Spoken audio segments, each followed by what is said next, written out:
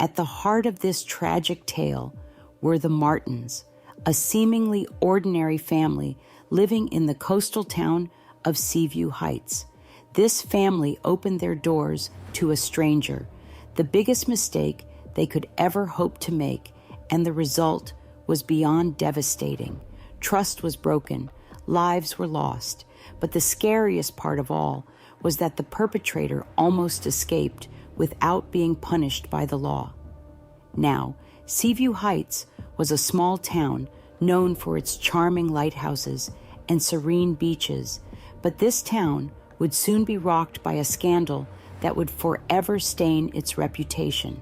The Martins, comprising Peter, his wife, Emily, and their 3 beautiful young children, Max, Ciara, and 3-year-old Betty, seemed to display the ideal description of a perfect family. However, beneath the surface of their somewhat perfect life, dark secrets and forbidden desires were brewing. Peter Martin, a successful real estate agent, was known for his charisma and good looks, while his lovely wife, Emily, a dedicated schoolteacher, was the epitome of grace and kindness. She was adored by her students and respected by her colleagues. They lived in a beautiful house overlooking the ocean. And to be very honest, this couple seemed to have it all, a successful and happy life. But as the pressures of work and family life mounted, cracks began to form in their marriage. Now, let's introduce you to someone very important in this story, Khloe Turner, a college student who had recently moved to Seaview Heights. It was a warm, breezy afternoon when Khloe Turner first set foot in Seaview Heights. The town's serene atmosphere and picturesque views had drawn her here. The air was pure, the streets were not so noisy. Everything was just different from the bustling city life she was accustomed to. Khloe was a college student with big dreams and a determined spirit, and she was eager to start fresh in this beautiful town. One day, as she wandered the charming streets, admiring the quaint shops and historic buildings, Khloe noticed a for sale sign in front of a beautiful oceanfront property. Intrigued, she approached the house, hoping to get a closer look. As fate would have it, Peter Martin was there, conducting a showing for a potential buyer. Peter noticed Khloe standing by the gate and, with his characteristic charm, walked over to greet her. He asked with a friendly smile if she was interested in the house. Khloe, slightly taken aback by his sudden approach, quickly composed herself. She quickly retorted that she was just admiring the beautiful view, complimenting the house as a lovely property. Peter nodded, his professional instincts kicking in. He began introducing himself and told her he was the real estate agent handling this sale. He went on to tell her that if she ever needed any help with properties around here, she should feel free to reach out. They chatted for a few more minutes, discussing the town, the house, and Khloe's recent move. As their conversation flowed naturally, Khloe casually mentioned her search for a job. She said she had been desperately seeking one, and since she was new to this small town, nobody trusted her enough to give her a job. She went ahead to ask Mr. Martin if he knew anyone who could give her a part-time job, at least to support her finances for college. Peter's interest was piqued. He thought for a moment before responding. He remembered his wife, Emily, was always looking for help with their children and around the house. He told Khloe that his wife was a school teacher and things could get pretty hectic. He then asked for her contact information, promising to talk to his wife and see if they could arrange something. Khloe's eyes lit up with gratitude, and she thanked Mr. Martin for even considering her. Later that evening, Peter brought up the conversation with Emily. Over dinner, he explained how he had met Khloe and her situation. Emily, always compassionate and understanding, agreed to meet with Khloe. From the way her husband described the young woman, She sounded like a nice person, so Emily asked Peter to invite her over for dinner that weekend to see if she would be a nice fit. Chloe was thrilled when she received the call from Emily.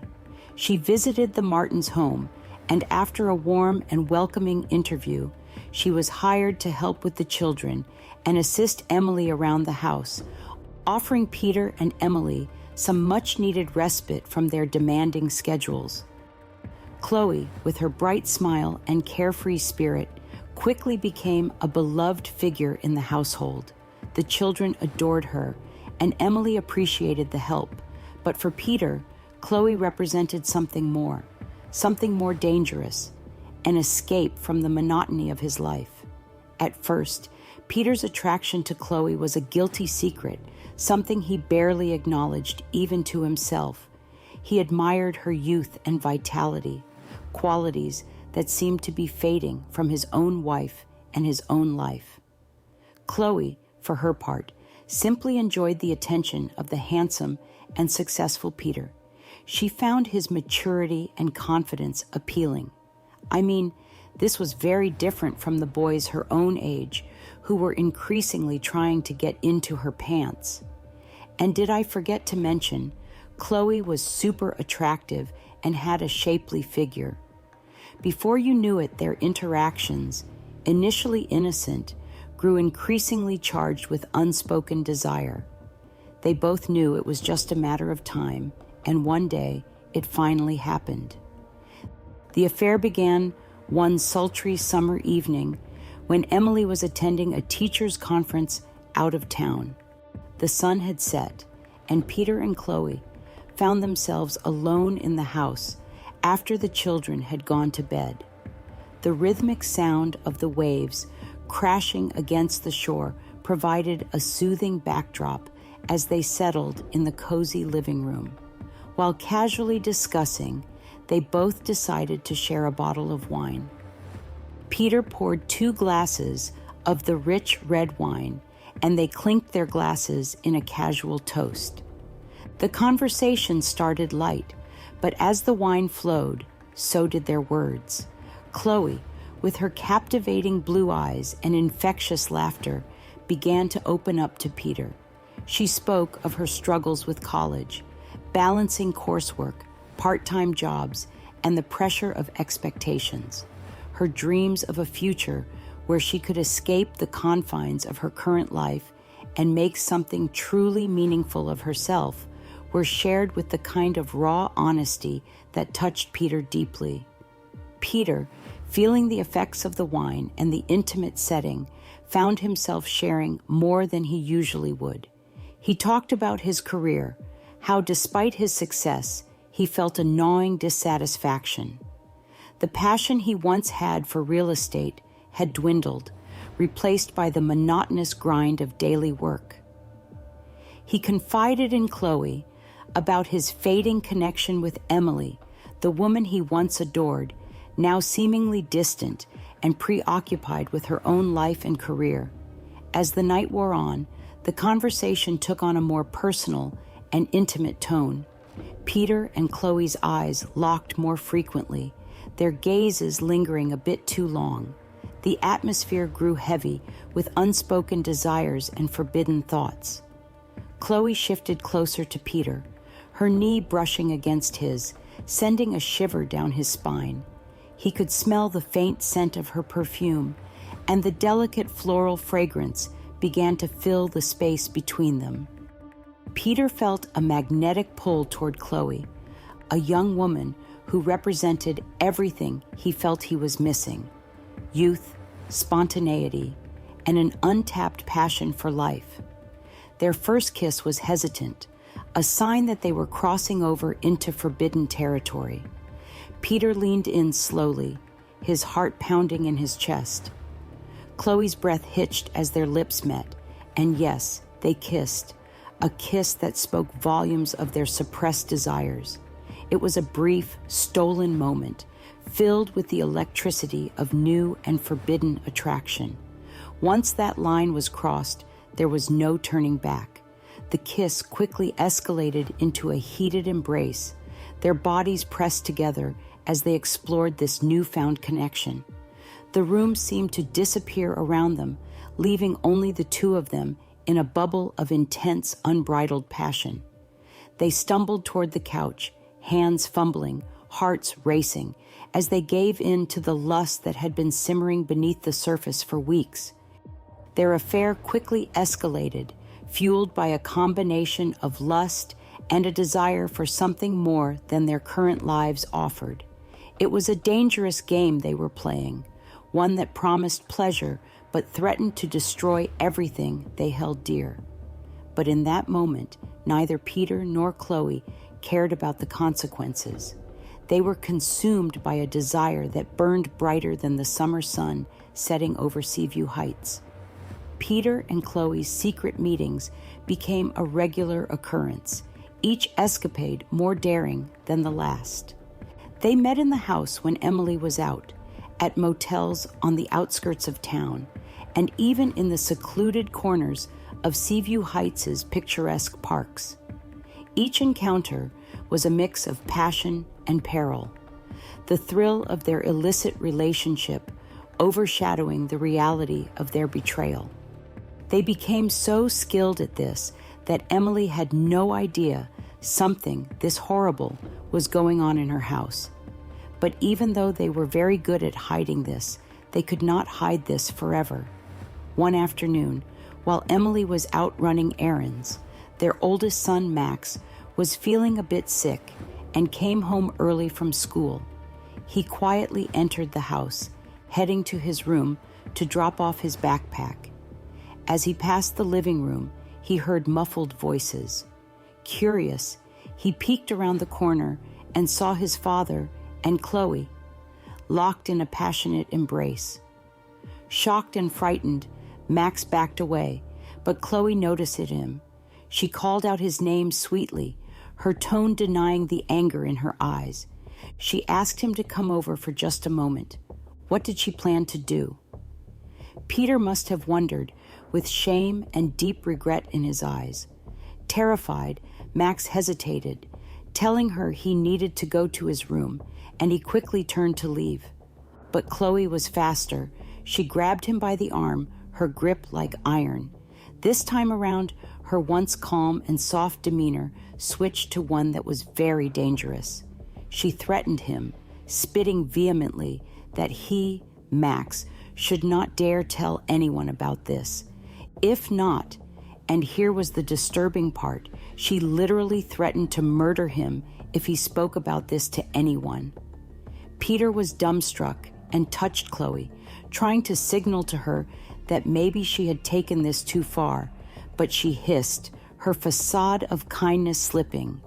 Max nodded, his eyes wide with fear. He tried to pull away, but Khloe's grip tightened. She demanded that Max promise her to keep shut, and Max, being an innocent child, quickly agreed, with tears streaming down his face. Satisfied, Khloe released him, and he fled to his room. Days turned into weeks, and the tension in the house grew palpable. Emily sensed something was terribly wrong, not just with Peter, but with Max as well. He had become withdrawn and anxious, avoiding eye contact and speaking in hushed tones. Emily's concern deepened, but Max refused to confide in her. Meanwhile, Khloe's threat to their son also seemed to switch on the light bulb of common sense in Peter. He began wondering if this was all worth it. He started planning and preparing how he was going to tell his wife about the whole issue, so both of them could work together to kick Khloe out of their lives. But he just couldn't bring himself to do it. Emily began to notice even more devastating changes in Peter. He became more distant, his affection for her seeming forced. His late nights at the office and sudden business trips raised her suspicions, but she dismissed them, attributing his behavior to stress. It wasn't until one evening, when a loud noise shattered the evening calm, that the true horror began to unfold. Emily was away with the kids at her mother's house, and one of the neighbors, Mrs. Caldwell, rushed over to the Martins' house, her heart pounding. She had no idea what she would find, but feared the worst. The sight that greeted her was more gruesome than she could have imagined. Peter Martin lay motionless in a pool of his own blood, his eyes lifeless and body still. Mrs. Caldwell let out a piercing scream that reverberated through the entire neighborhood, and before you knew it, people gathered around to know what happened. The shock spread quickly through the neighborhood, and soon detectives and investigators descended upon the Martin household, determined to uncover the truth behind Peter's untimely death. That same night, Emily and the kids had to rush home when the police informed Emily that her attention was needed at home, saying something had happened to her husband. They refused to let her know any more information, and this drove her to madness. She quickly put her kids in the car and drove at an extremely high speed for more than 3 hours just to find out what had happened. She kept dialing her husband's phone as she drove, but there was no answer. She feared the worst. She called Khloe and asked her if she knew if anything had happened. Khloe claimed that there was a ruckus around the house and the police also prevented her from entering. She further added that she had been out of town that day and just came in to meet the disturbance in the neighborhood. Emily finally arrived, and immediately she saw her husband's lifeless body, which forensics were still trying to figure out his cause of death. She broke down. Why had this happened? Everybody loved Peter. Even those who were somewhat jealous of his life didn't hate him. Who would do this? The police allowed her to have her moment before asking her if there was anyone she thought could be responsible for this. But nothing. No one came to her mind. Peter was an almost perfect man, a wonderful husband, and the best father. He was charismatic but kind, and he would always help whoever needed help. She couldn't think of one person who would want to murder Peter. They also questioned Khloe, and she, with tears in her eyes, told them she was out of town because she had a test to write.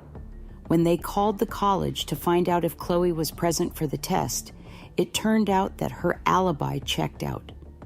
They asked Max, who was the oldest of the kids, if he also knew anything that could help them find out his dad's killer, but Max said he knew nothing. Max was already burdened with the weight of his secret, and he grew even more despondent. He was haunted by the sight of his father's body, knowing deep down that Khloe had to be involved somehow. Every glance at her filled him with dread and anger, the memory of her threat echoing in his mind. Unable to bear the tension any longer, he decided to confront her. One evening, while Emily was out trying to manage the overwhelming grief that had consumed her life, Max found Khloe alone in the kitchen. The air was thick with unspoken words as he approached her, his heart pounding. "Why did you do it?" Max whispered fiercely, his eyes burning with a mix of fear and fury. "I know it was you. You killed my dad." Khloe's expression hardened, her eyes narrowing. She told Max that he had no idea of what he was talking about. "Max, be careful with your accusations," she spat out. Max, determined and manlier than ever, took a step closer, his fists clenched at his sides. This time, he was the one issuing the threat. He told her to leave and that if she didn't, he was going to tell his mother about the affair and everything. He couldn't bear to stand her. He wasn't sure if she was actually responsible for the death of his father, but he just couldn't stand the sight of her. In an instant, Khloe's demeanor changed from defensive to predatory. She lunged at Max, but he managed to evade her grasp and bolted toward the kitchen doorway. Khloe, driven by a mix of panic and rage, grabbed a knife from the counter and chased after him, her footsteps pounding against the hardwood floor. Max screamed as she caught up to him, the knife plunging into his shoulder, narrowly missing his vital organs. The pain was searing, but the terror was worse. He collapsed to the floor, blood oozing from the wound. His cry echoed through the house, and Chloe, realizing the gravity of her actions, fled in fear, dropping the knife with a metallic clatter. Max, bleeding and terrified, called out for his mother, who rushed out and ran to the phone to call the police and an ambulance for help. The police arrived quickly, their flashing lights shining brightly on the walls as they searched for Chloe, while Max was rushed to the hospital as he was losing blood and losing it fast. His life was now at stake, and Emily was in a dilemma. She could not lose both her husband and her only son. But it wasn't long before they found Chloe, hiding in the darkened alleyway behind a row of shops, her face streaked with tears and her mind racing. She was brought in, her facade of innocence shattered. Under intense interrogation, Chloe confessed to murdering Peter. Her voice was cold and devoid of remorse as she recounted how Peter had ended the affair, telling her he couldn't continue and demanding she leave his life. He had threatened to confess everything to Emily and file a restraining order against Chloe, ensuring she would never find work in Seaview Heights again. Enraged and desperate, she had snapped. As Peter turned his back and walked away, giving her a moment to think, she had seized the opportunity and stabbed him, the knife plunging into his back as he fell to the floor. Emily was devastated. The revelation of her husband's infidelity was overshadowed by the unbearable loss of his life. She didn't care about the betrayal. She just wanted him back. But it was too late. The tragic sequence of events had irrevocably shattered the Martin family and left a permanent scar on the once serene town of Seaview Heights. Max, recovering from his wound, was plagued by nightmares of the night he had confronted Chloe. He felt a crushing guilt for not having spoken up sooner, for not being able to prevent his father's death. Emily, struggling to hold her family together, could see the toll it was taking on him. She tried to reach out, to offer comfort, but Max remained distant, his eyes haunted. The community, now aware of the dark secrets that had lurked beneath the surface of the seemingly perfect family, struggled to come to terms with the tragedy. The lighthouses and serene beaches, once symbols of peace and tranquility, now seemed to bear witness to the haunting tale of love, betrayal, and murder that would forever stain their reputation. Whispers of the Martins' downfall spread through the town, and to be honest, the only word we could use to describe this was unbelievable. Emily found herself drowning in grief, her once beautiful life shattered. She couldn't even bring herself to feel anger towards Peter for his betrayal. The loss of him was too overwhelming. She spent countless nights staring out at the ocean, its waves crashing rhythmically, a painful reminder of the life that had once been so full of promise. Chloe's trial became a focal point for the town, and it drew in curious onlookers and serious media attention. Her cold, calculated demeanor on the stand sent chills down the spines of those who watched. She showed no remorse as she described the events leading up to Peter's murder, her voice chillingly detached. Max, still grappling with his trauma, was called to testify. Standing in the courtroom, he recounted the horrific night he had confronted Chloe, his voice trembling but resolute. His testimony painted a wicked picture of Chloe's true nature. As the trial drew to a close, the jury deliberated for only a short time before finding Chloe guilty of first-degree murder. Her sentence was swift and severe, bringing justice to the shattered Martin family. In the aftermath, Emily, Max, and her 7-year-old and 3-year-old daughters tried to piece their lives back together. The once beautiful home was now a place of painful memories, and Emily decided to sell the house, hoping a fresh start might help them heal. They moved to a different town, away from the prying eyes and whispers, but the scars remained. Seaview Heights, forever changed by the tragedy, struggled to regain its former charm. The lighthouses and beaches continued to draw tourists, but the story of the Martins lingered in the air, a cautionary tale of hidden secrets and the darkness that can lurk beneath even the most seemingly perfect lives.